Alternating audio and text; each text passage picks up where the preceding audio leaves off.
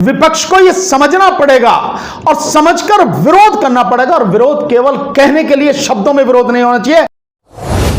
एक बार फिर से आपका बहुत बहुत स्वागत है। मेरे साथ हैं जाना पहचाना चेहरा, तारुफ की जरूरत नहीं है, सुप्रीम कोर्ट के बड़े वकील भानु प्रताप सिंह हमारे साथ मौजूद हैं, जो लगातार मोदी की नीतियों का विरोध करते हैं और मणिपुर में जिस तरीके से हालात हैं उसको लेकर भी भानु प्रताप खासे चिंतित हैं। इनका एक बयान भी था कि अगर 2024 में भाजपा जीती तो उसके बाद चुनाव नहीं होगा। क्यों भानु जी, सही कहा मैंने? बिल्कुल, इसमें कोई शक नहीं है। हाँ, ये देश के लोगों को समझ में आना चाहिए। और इस बात को और आगे बढ़ा देता हूं, देश में 2024 में अगर मोदी जीत के आता है, बीजेपी जीत के आती है, तो चुनाव आगे कोई चुनाव नहीं होगा, ना स्टेट का ना सेंटर का। साथ साथ में आज जो मणिपुर में आप देख रहे हैं, देश में ये होगा।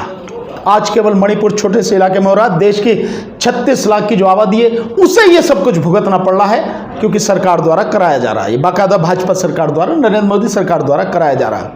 लेकिन ये एक आपके सामने उदाहरण है।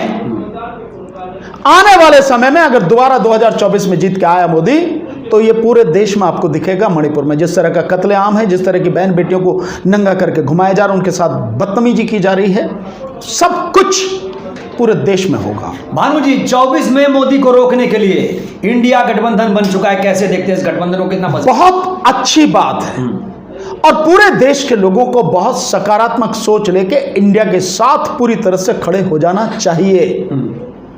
यह देश की बात है, इंडिया की बात है, भारत की बात है। तो सबको, विपक्ष ने जो इंडिया नाम से पूरा एक अपना गठबंधन बनाया है, इनके साथ में खड़ा हो जाना चाहिए। और ये भाजपा नाम की जो गंदगी है, इस गंदगी को साफ कर देना चाहिए पूरी तरह से, तभी देश बच पाएगा, लोग बच पाएंगे, अन्यथा बचेगा कुछ नहीं। मैं देख रहा हूं इंडिया गठबंधन में दो जो समुदाय है, खासतौर से एक तो दलित समुदाय, एक मुस्लिम समुदाय, उसका प्रतिनिधित्व कम है। ना तो बहन जी उसमें है, ना तो ओवैसी साहब है।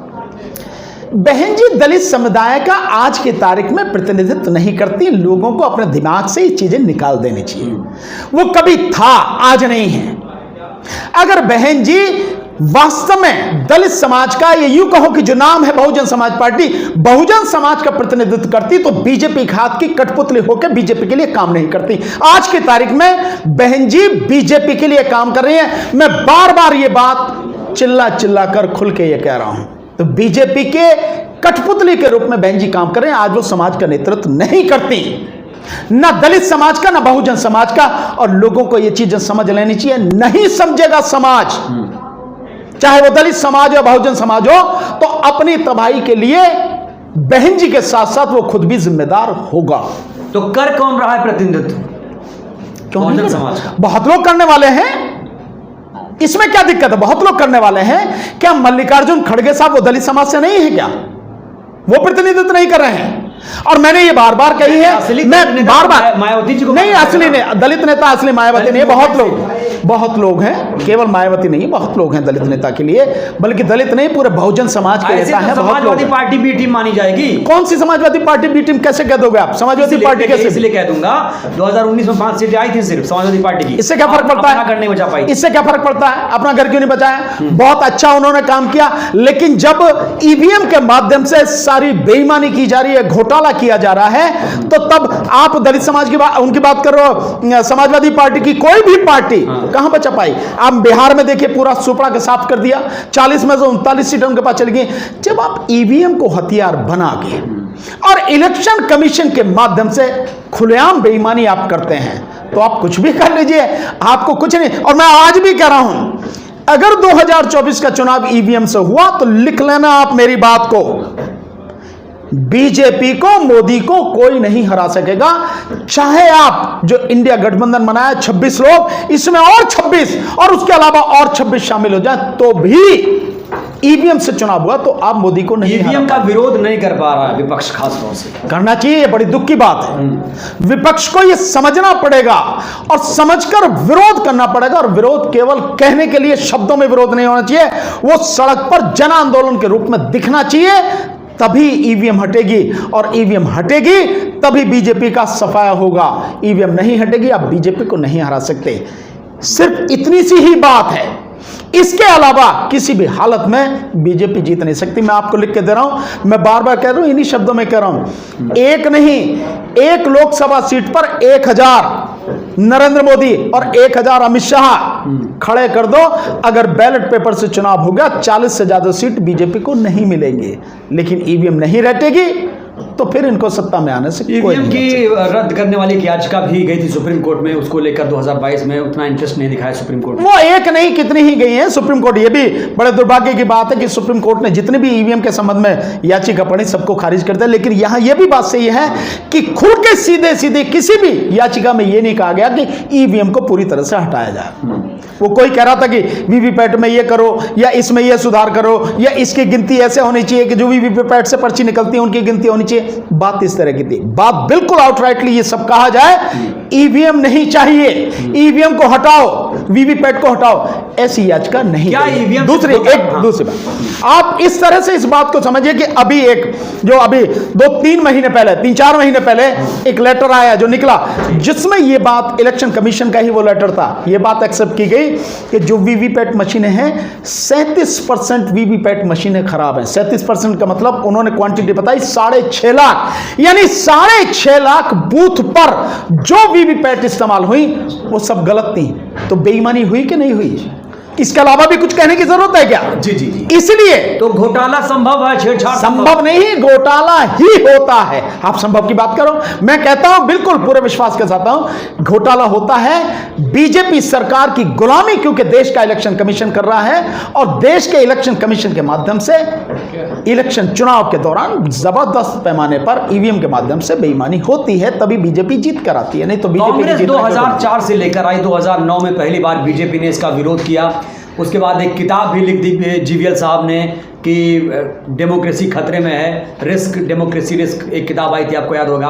तो अब बीजेपी इस पर चुप क्यों है? पहली बार बीजेपी ने विरोध किया। यही चीज सबसे गंभीर है और मैं समझता हूं इसके बाद किसी और तर्क की जरूरत रह नहीं जाती कि जो पार्टी 2014 से पहले ईवीएम का खुलकर विरोध करती थी और जीवीएल नरसिम्हा ने 245 या 42-46 पेज की किताब लिखी, जो आप कह रहे हैं डेमोक्रेसी एट रिस्क, वो किताब लिखी, उस पार्टी, आज वो पार्टी लगातार ईवीएम को बनाए रखना चाहती है, ईवीएम से चुनाव करा रही है।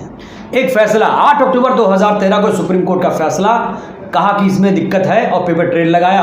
पेपर ट्रेल से गिनती होती है तो एक उम्मीदवार जीत जाता है, ईवीएम से गिनती होती है तो हार जाता है। और अब जो रिपोर्ट आई है, जो मैं अभी थोड़ी देर पहले मैंने कहा कि जो इलेक्शन कमीशन का लेटर है जो कहता है कि 37% वीवीपैट गड़बड़ है, यानी 6.5 लाख वीवीपैट मशीनें गड़बड़ हैं। तो जब आपने वीवीपैट लगाई किस बात के लिए? वीवीपैट लगाई कि ईवीएम में जो गड़बड़ी है उस गड़बड़ी को ठीक करने के लिए या लोगों के विश्वास को स्थापित करने के लिए आपने वीवीपैट लगाई। और इलेक्शन कमीशन मान रहा, एक्सेप्ट करा कि 37% वीवीपैट गलत है, यानी 6.5 लाख वीवीपैट गलत है। इसके बाद भी कुछ रह जाता है। सुप्रीम कोर्ट, तो क्या सुप्रीम कोर्ट को नहीं चाहिए कि सुमोटो एक्शन लेते हुए उस बात की जो चीज आपको मालूम है, जो चीज मुझे मालूम है, आम लोगों को मालूम है, देश के सभी राजनीतिक दलों को मालूम है, क्या सुप्रीम कोर्ट को मालूम नहीं है? नहीं मालूम है तो आज मैं बोल रहा हूं ना इस बात को कंफर्म करे कि भैया वो कौन सा लेटर है दिखा इलेक्शन कमीशन, इसी बात को लेकर सुमोटो एक्शन लेते हुए उनसे मांग ले और पता कर ले कि वीवीपैट की क्या स्थिति है। और जब 6.5 लाख वीवीपैट में गड़बड़ी है, यही काफी नहीं है क्या ईवीएम वीवीपैट को पूरी तरह से हटा देना चाहिए चुनाव प्रणाली में? क्योंकि देश का चुनाव सबसे महत्वपूर्ण एक प्रक्रिया है और वो प्रक्रिया पूरी तरह से पारदर्शी होनी चाहिए, निष्पक्ष होनी चाहिए और स्वतंत्र होनी चाहिए, जो नहीं हो रही है। मतलब ईवीएम से भी फ्री फेयर ट्रांसपेरेंट इलेक्शन नहीं हो पा रहा है। बहुत बार कह रहा हूं इस बात को, होता तो बात ही क्या थी? हम क्यों कहते हैं उसको हटाने के लिए? हम उसको हटाने की लड़ाई क्यों लड़ते हैं? नहीं, कांग्रेस क्यों नहीं विरोध करती? इंडिया पूरा गठबंधन क्यों चुप है? बिल्कुल करना चाहिए, मैं आपसे सहमत हूं, उन्हें विरोध करना चाहिए। हाँ। लेकिन अभी तक नहीं किया। उम्मीद करते हैं वो इस बात को समझें, इसका विरोध करें और विरोध, फिर मैं इस बात को दोहराऊं, केवल कहने से नहीं, शब्दों में नहीं, सड़क पर विरोध करें, जन आंदोलन खड़ा करें उसके लिए, ताकि खत्म हो। अन्यथा जितनी भी कवायद है इकट्ठा होने की, सब मिट्टी में मिल जाएगी और जब वो जीत के आ जाए उसके बाद आपके हाथ में कुछ नहीं रहेगा। मणिपुर हिंदू राष्ट्र की भी बात हो रही है एक। है, ये तो होती रहती है, लगातार बात कर रहे हैं, उसका क्या है? बोलिए। सर मणिपुर जल रहा, क्या कहेंगे? सरकार जलवा रही भाई, सरकार ने आग लगाई है। बाकायदा सरकार दूर से हाथ सेक रही है खड़े होके।